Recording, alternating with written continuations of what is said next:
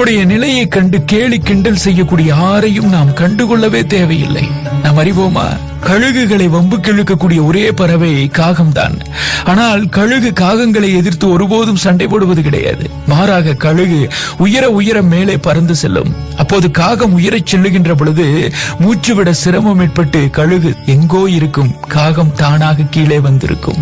அதே போல நம் நிலையை கண்டு கேலி கிண்டல் செய்யும் யாரையும் நாம் கண்டுகொள்ளாமல் நம் இலக்கில குறிக்கோளாக இருந்து வாழ்வில் உயரச் சென்றால் நம்மை கேலி செய்தவர்கள் தானாக சிதறி விடுவார்கள்.